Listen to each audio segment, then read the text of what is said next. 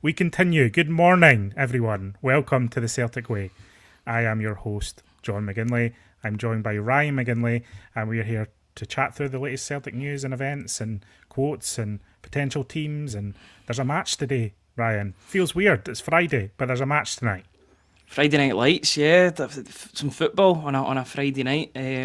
I know that Liverpool are playing tonight as well. They kick off their Premier League season tonight. But the main event is at Celtic Park, Celtic versus Falkirk in the second round of the Premier Sports Cup. Looking forward to getting down to Celtic Park tonight and hopefully seeing another Celtic win. Hopefully 3 wins from 3 to start off the season.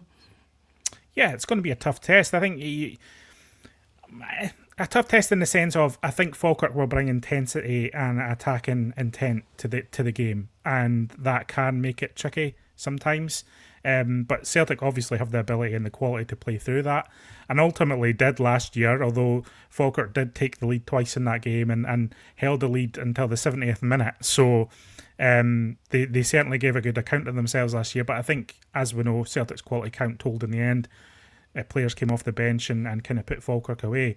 I would expect a similarly open match tonight, Ryan. Brendan Rodgers spoke a bit about that yesterday. He spoke about John McGlin's style of play and how he likes to go about things, and said as well that he's not expecting them to come to Celtic Park and sit in either. No, and I've got to say, last season, that game against Falkirk was one of the most enjoyable games that I attended in terms of the overall spectacle. It felt like a proper cup game. Falkirk really brought their A game. I think they took the lead twice in that game before Celtic really turned it around in the second half with some of the subs that they made. But yeah, John McGlin deserves all the credit in the world for bringing his team up for two successive promotions and two promotions in 2 seasons is not to be sniffed at all. A really great job done by the former Celtic employee, because he used to work as I think it was an opposition scout under Brendan Rodgers as well. So he knows all about Brendan Rodgers. Brendan Rodgers knows all about him. And I think it's going to be a good game tonight. I think the fact that it's a knockout tie really adds to it as well, because I don't think Falkirk will sit back. I think they'll go for this tonight. And obviously Celtic will go for it because they're at home and they want to retain their trophy. So I think it bodes well for a really good match tonight at Celtic Park in terms of the overall spectacle and the football that's actually played on the park as well. Yeah, by the way, thanks for everyone in the live chat joining us at this hour. We do appreciate your comments. I've already favoured a few to bring in later. We are going to be chatting a bit about Celtic's team selection tonight, because I think there is the potential for changes. I don't think it's going to be a wholesale different starting 11 by any means. Brendan Rodgers said in his press conference yesterday, if you missed it, that Celtic will play a strong team tonight, but kind of caveated that with, like, there is going to be minutes managed tonight ahead of the match next week. He also spoke about the Livingston game and potentially playing players tonight instead of just dropping them into that Livingston match without having started the game this season, which suggests to me it will be something of a rotated lineup this evening. I'm expecting Arne Engels to start. I'm expecting some other changes, across the team. Not massive wholesale changes, but what are you kind of thinking in terms of who comes in and who's out of tonight, Ryan? Like we spoke about yesterday, it's a really interesting one because you've got the game on Friday and then you've got the game on Wednesday and Saturday. So it's all about prioritising game time and making sure that everybody in the team's ready when called upon. Really, it could go either way. There could be loads of changes or there could be hardly any. We don't really know at this point. If it was me, I would make some changes to the lineup, but not wholesale as you were talking about. As you were saying, you wouldn't expect wholesale changes, and I would be the same in that regard. Although the changes that are made, I don't think they'll weaken the team. With the likes of Arne Engels, Celtic paid £11 million for him. He's a good player. He's played in the Bundesliga. He can easily come in and do a job tonight. I think the one I would hope to see, just in terms of the way that the structure is with the goalkeeping position this season, I would want to see Volyami Sinisalo play this game, because he showed enough last season to convince me and plenty of other people that he can play in that position now. He's ready to play there. I know he's a bit of an understudy for Kasper Schmeichel at the moment, but I think he's more than ready to step up when required, and I would want him to be the cup goalkeeper this season. So when that team's announced, I would hope that Sinisalo is in there. If it's Schmeichel, then fair enough. But I want to see that pathway for Sinisalo become a little bit clearer this season in terms of becoming that number one ahead of potentially next season. Yeah, I think Sinisalo did enough coming in for the injured Schmeichel in the late stage of last season to show that I think he will get a shot at some point at becoming Celtic's number one goalkeeper, whether that's through Kasper Schmeichel's retirement or potentially another injury or just a loss of form. I think at some point we will see Sinisalo get a regular shot at becoming the Celtic goalkeeper. And I think the initial signs are that he can be comfortable in that capacity. That I don't really have much doubt about Sinisalo, but obviously part of that process, as you're talking about, is, I think exposing him to more matches in these cup games. I think you're right. I think a lot of fans would like to see Sinisalo tonight. I think it would show a good step that there is a plan for him to be this long-term option for Schmeichel. And I would, it's something Neil Reid saying, I would feel totally comfortable with Sinisalo in goal. And I'm the same. I don't think it necessarily weakens the Celtic team tonight if Sinisalo starts. And as I say, it could be a good step forward. What are you thinking in terms of Kieran Tierney, Ryan? So, interesting comments from Rodgers in his press conference yesterday regarding Tierney. Obviously, making clear he's been delighted with his progress, delighted with the way he settled back into it, never doubting his intensity and his attitude and application in training, but also did mention that it's still a work in progress in terms of building Tierney's strength and his, robustness in that left-back position. He's started both of Celtic's matches so far, but has come off as a substitute. I think Apatoje was more about illness at half-time, just based on what Rodgers was saying, rather than, his outright physical fitness. But are we expecting Tierney to start tonight, or is this a case of we could see rotation there? Now, just saying, that also throws up issues because Hayato Inamura featured there in pre-season, but he's not even been part of the match squad in the early stages of the competitive season. We've seen Liam Scales shifted out to that left flank. So is it going to be... My question to you, Ryan, is, and your gut feeling, is it going to be Tierney, Scales or Inamura on that left flank tonight? I think my heart says Inamura, but my head says Liam Scales out on the left because he's played there the past couple of games, and I think he's actually done quite a good job when he's played there, when he's shifted over. I think Austin Trusty will come back into the team tonight. I think he needs game time, and I think his attitude has been exemplary since coming into the team, and not necessarily being a starter this season, but coming on and really shoring up things, particularly against Aberdeen. Now, Aberdeen weren't thrown a lot at Celtic, but when there were potential fires to put out, Austin Trusty was there alongside Carter Vickers to do that. I think his attitude has been absolutely top class in coming in both of those games, even the St Mirren game at home as well, despite their lack of chances too. I think that Austin Trusty will come back into the side, which would say, and as much as I would like to see Inamura, you're just looking at the squad. He wasn't even on the bench for the past couple of games, and it's not as if Celtic are playing against a League One or a League Two side and they can make wholesale changes like 10, 11 changes against a lesser opponent, so to speak. It's Falkirk. Falkirk are in the Scottish Premiership and they're there on merit, so I think there'll be respect paid to Falkirk tonight, with potentially Scales put out on the left and Austin Trusty at the back. For me, Tierney's so important for the European games. These are the games that you brought him in for, so I would want him to be ready and prepared for that, and only really coming on if absolutely necessary, and even then I would rather he stays off the pitch tonight in preparation for Wednesday's game.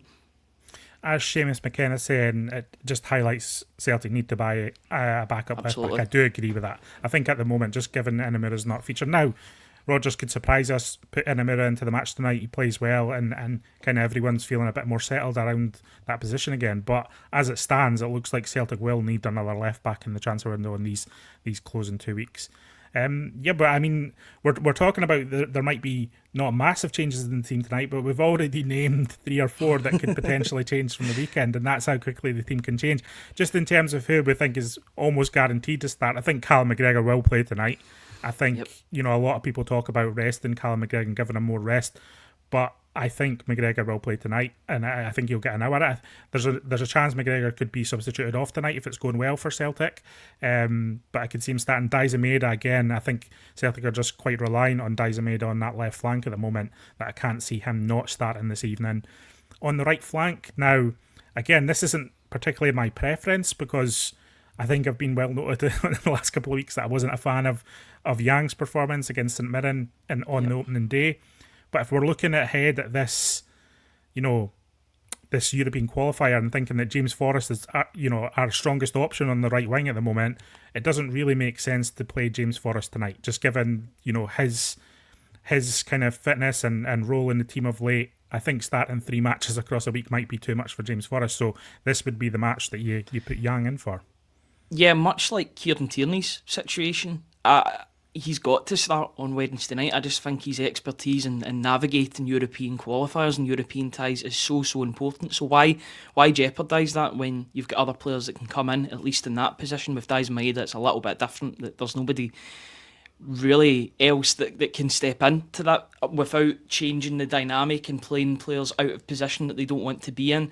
So I think Mada walks into that team, but I think it'll be Yang on the other side and James Forrest on the bench if required, because he's going to be that important on Wednesday. I think he's started the season so well, looking really sharp, really fit and ready for whatever this season has to throw at him and for whatever he's going to throw at this season as a whole. Yeah, I've been happy with his performances so far. So I would probably bench him tonight, not out of a lack of form, because I think it's the opposite, but rather to protect your asset ahead of a massive game on Wednesday night against Kairat. Gordon Coney saying, morning guys, hopefully see some rotation tonight, let some of the fringe players get a run, rest our main players for Wednesday. I'm in that camp. Now, a lot of people might say, there's a fair amount of time between the 2 matches, but I'm in the camp that a bit of rotation tonight is necessary. I think Rodgers made a very good point in his press conference, just as I said about that Livingston game. It comes off the back of the Kairat game. That's the game that you're going to be resting, I think, quite a lot of people for. And I think that in that context, you want to give some of them some game time tonight, because there's only been 2 competitive matches so far. The Livingston game is still important, and you need your players in form and match sharpness ready for that match as well. So I think tonight could be a little precursor of the team we see against Liverpool. Seamus McKenna saying, could be that Brendan Rodgers makes minimal changes, said that he wants minutes and players and legs. Mada, KT and Hatate need to have better understanding on the left. Again, I think that's a fair bit. It just brings in this there is a general uncertainty about the team that we're going to see tonight. It is probably the most difficult team to predict so far this season. Yeah. And Henrik Larson saying, dilemma is what risk do we take with team selection with the qualifier in match next week? And as we know, I don't think in Brendan Rodgers' brain, and there's been Celtic managers in the past, I think Martin O'Neill was a notable example where he did use the League Cup for much more rotation and bringing in more youth prospects from time to time. But Brendan Rodgers doesn't deprioritise any competition that Celtic play, and he's not going to say, no, the League Cup is our, not our competition this year. Celtic are going into this to again win the League Cup as part of a potential treble, and the manager and the players, they're all very clear about that. Yeah, and the good thing is that any of the risks that they take, there'll still be players that have been in and around the first team. Like, if we're going to consider, people in the comments might say that playing, I don't know, Luke McCowan might be a risk in midfield, but he wouldn't be, because he's already contributed this season to the midfield. Yang's contributed last season, so all of these risks, I just think it's riskier if you play some of these players for another game, the players that you've already had at the start of the season, and then they pick up an injury. So that's the risk that you've got to take either way. But I think these players are ready to come in and make an impact. And I think and it can help those players coming in too, because their fitness levels can get up to speed with those players that are already there, that have played the 2 games. So if everybody can be at a level place, then it means that the subs that can come off the bench on Wednesday can make an impact as well, and they'll be at the same level as those that start the game in Europe. So I've got no issues with any of the changes that could likely be made tonight. Maybe potentially the striking position could be an interesting one as well to touch upon tonight. Yeah, well, Snick says here, after the Falkirk game last season, I don't think it'll be a full B team. I'm assuming he just means the second string. Just watch a couple of switches. Hopefully Shin Yamada starts too, and again, it could be an opportunity to give Shin Yamada his first kind of real run out as a Celtic player.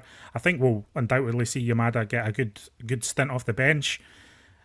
And in the back of my mind somewhere, I'm thinking maybe Brendan Rodgers is just going to try and play Mada through the difficulties he's had at the moment. He gets a goal or 2 against Falkirk, and then that could be the confidence boost that he needs to kick on this season. That's just in the back of my mind somewhere.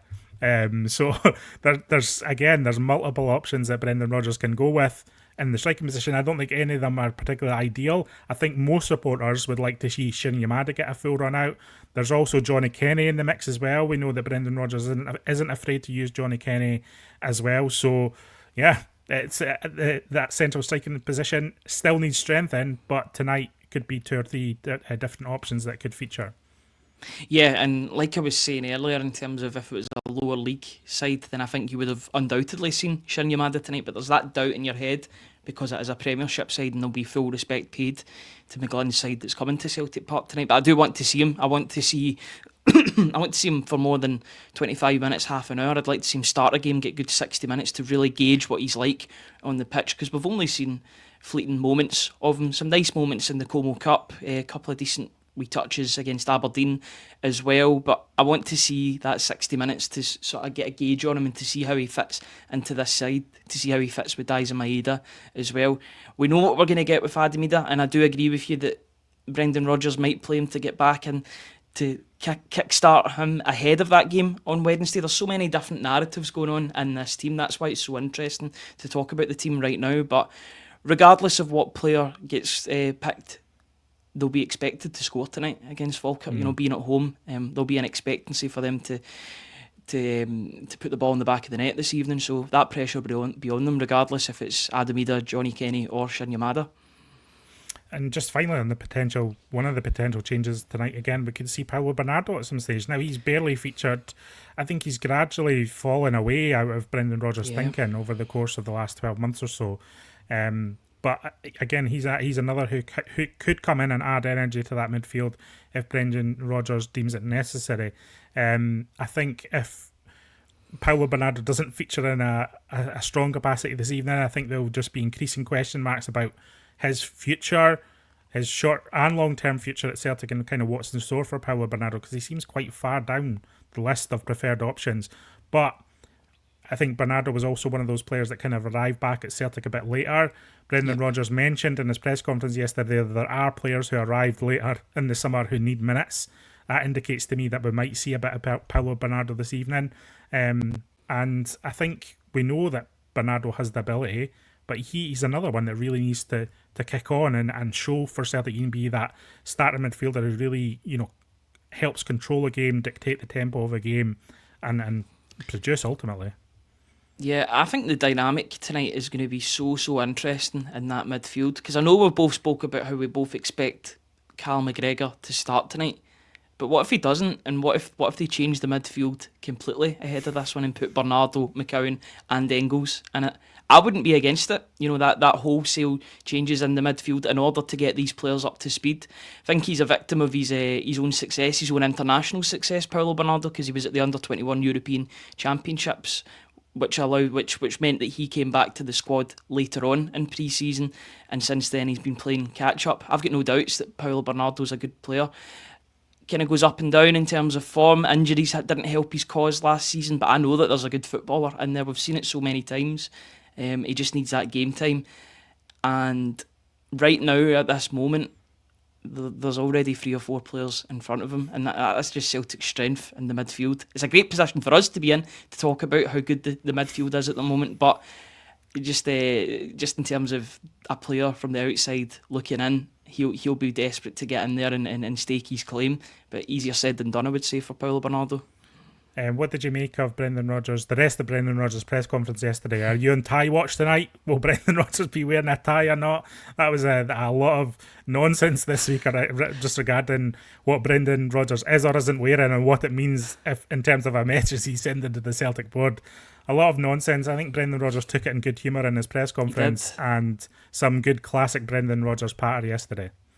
Yeah, and I think press conferences have been so serious recently with the talk of transfers, and that still was the case for parts yesterday, but it was nice to see Brendan Rodgers sort of letting his hair down a little bit and having that humorous exchange with the reporters in the press conference. I like to see that. It means that he's clearly not sending a message, apart from the fact that it was warm at Pittodrie. I liked how he harked back to Preston as well, and he said that there was 2 grounds in particular that made him feel really hot when he was in the dugout. So yeah, I like those quotes from Brendan Rodgers, but It was an interesting press conference. There was a lot of hopefuls in terms of Celtic bringing in transfers before that deadline. As much as we've heard hopeful a lot over this past 2-3 weeks. I think we want some movement in that front in terms of bringing in quality signings this summer before that 11 p.m. deadline on Tuesday night. If you can bring in 2 players of quality, then I think that would give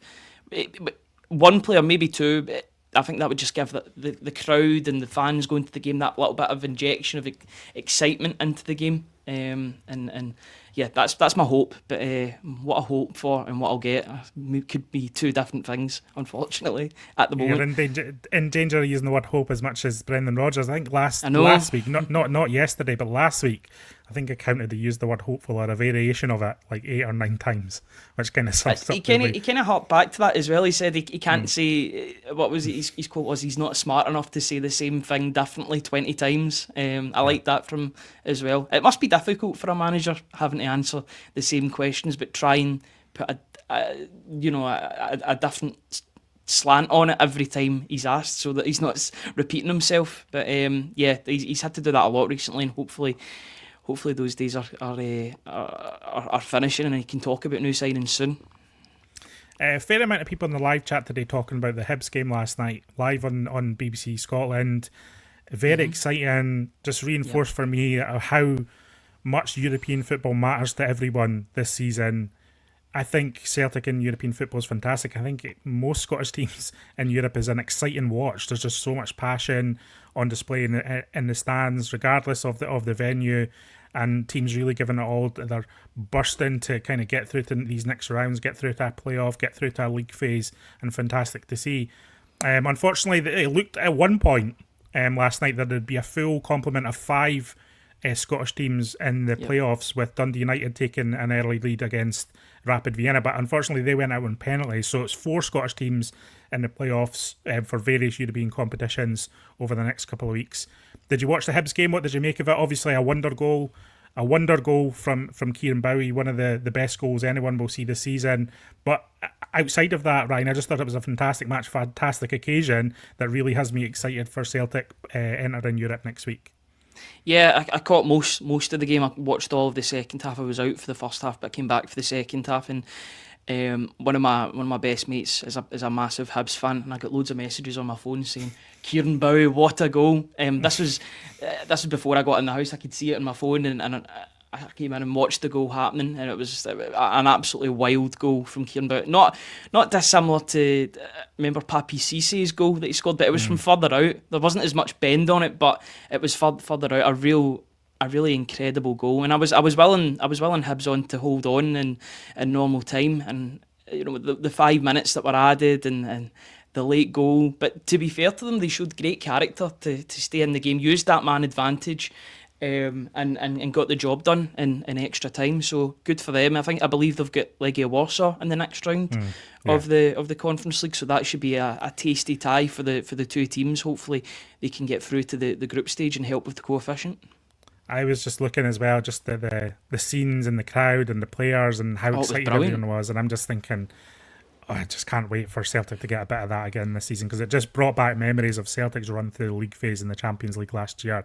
And I love Celtic in Europe. It is the absolute ultimate for me personally right now. And hopefully Celtic can just do this job against Kieran and get into that league phase and give Celtic supporters at the level of our expectations a thrill. That's what we're looking for. We're looking to be inspired. We're looking for that thrill. And Celtic can provide it on these big European nights. And yeah, I guess we're kind of in that mode for preparation for it now. As we've mentioned earlier, tonight is part of the preparation for next week. The Livingston game is part of the preparation for the trip to Kazakhstan. Brendan Rodgers also spoke about the Kazakhstan trip yesterday. Obviously, he's been there twice with Celtic already, playing Astana in 2016 and 2017. He was talking about the logistics of it and the kind of operations department are first class at Celtic, and he's very confident that Celtic will have the best possible facilities in terms of travel and rest and recovery that Celtic will need over the next 2 weeks, because, as we know, straight off the back of that Kazakhstan trip, Celtic are off to Ibrox. Yeah, and I suppose the one positive in that is that Rangers have a game to play against Club Brugge a day later, which is going to be a tough tie against a really good side. We knew all about them last season with how they played against Celtic in the league phase, so that'll be an interesting one to watch as well. But both teams are fighting to get into the league phase of the Champions League. Not ideal, the fact that Celtic have to go to Kazakhstan, but like you said yesterday, quite rightly, they have to do the journey in the first leg as well. So it's not as if Celtic are having to do more or less than Kairat, because they both have to do the same. Yeah, I just want, as I said yesterday, I want Celtic to get a lot of their business done, or get their on-field business done in the first leg. Really use that home court advantage that they've got against Kairat. Use the crowd, use the passion that'll be in the crowd, of which I'm sure it'll be a complete sellout. And put a few goals past them so that you've got less of a job to do in Kazakhstan the following week. It's not ideal, but it's the route that Celtic have got to take, and the route that Celtic have got to face before getting to that league phase. Hopefully they can get there pretty comfortably. Listen, Ryan, let's talk a bit about Greg Taylor now. He's moved to Pauk in Greece, of course, as we know, at the end of his Celtic contract. He's given his first interview since leaving Celtic to the Celtic Way, to you. How was it speaking to Greg Taylor? What sense did you get from how he's settling into life in Greece and kind of making that transition away from Celtic? And I think it's apparent from the interview, which you can read on celticway.co.uk right now, is that his fondness for Celtic is undoubted. You know, he really enjoyed his time at Celtic. He really enjoyed giving everything that he could for Celtic until it came the time for him to leave. Yeah, it was an absolute pleasure to talk to Greg Taylor. Over 200 appearances, 11 major honours. He liked that when I was speaking to him as well. I mentioned that to him, and he liked the amount of trophies that he won. He's telling me good knowledge as well, so that was a nice wee moment between the two of us. But yeah, there's no doubt of where his allegiances lie now in Scotland after leaving Celtic. He is a Celtic supporter, a Celtic fan, now watching from Greece and Thessaloniki. Somebody in the comments was saying he made his debut for Falk last night. He came off the bench for a couple of minutes. I know he was waiting to make his on-field debut for Falk, and he's managed that, so well done to him on that front. But yeah, it was a really good conversation with him, talking about his time at Celtic, working under three different managers, very different managers in terms of their personalities and play styles, and Neil Lennon, who signed him, Ange Postecoglou, who in his own words elevated his game with the inverted fullback role that he played, and then the more personable Brendan Rodgers, who's still a good manager but was closer to the players, a really good manager who took a keen interest in what the Celtic players' lives were off the pitch as well as on it. So really, really interesting insight. He named his favourite Celtic game as well that he ever played in, which was probably many people's favourite Celtic game in over the past 5-6 years, which was the 3-0 game in 2022 against Rangers. The game that Celtic sort of wrestled back control against Rangers in the Glasgow derby. So yeah, he was waxing lyrical about that, but a really good insight into his time at Celtic, how he's settling in at Greece, and his hopes for Celtic this season as well, because he's still watching on as a supporter and willing them on to succeed. Yeah, so if you fancy reading some of Greg Taylor, I think there's been mixed opinion on him over the years. I think for me personally, I think he was fantastic at the role that he did play at Celtic, and was a big contributor to Celtic's success over the last few years, undoubtedly. And we know there were some question marks about stepping up into kind of the European realm and all that. But I think on the whole, Greg Taylor was a fantastic signing for Celtic, and I hope he does well in Greece, and I hope he finds the life that he's looking for out there. I think we'll kind of wrap it up there, Ryan. We've got more to come today, more videos to come today.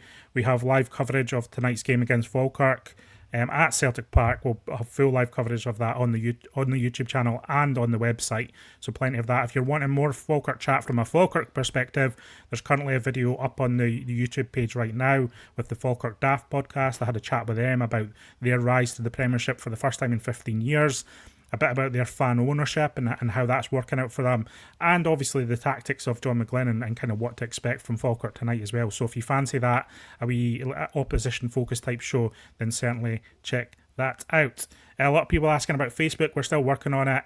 We've got it in the tech queue. We'll try and figure it out, guys. I know that some people like to watch this on Facebook. We will figure it out at some point. It's been a very busy week, and today's a match day, so no promises, but we'll hope to get that fixed as soon as possible. Ryan, anything else before we head off? Are you just looking forward to the game tonight? Just looking forward to getting back to Celtic Park. Yeah, hopefully Celtic can book their place in the next round of the Premier Sports Cup. But yeah, the first of 3 podcasts today. So looking forward to chatting with you nearer the game. Yeah, fantastic. Yeah, we'll see everyone later on tonight. Hope you have a great Friday in the meantime, and we'll see you next time on the Celtic Way. Cheers, guys.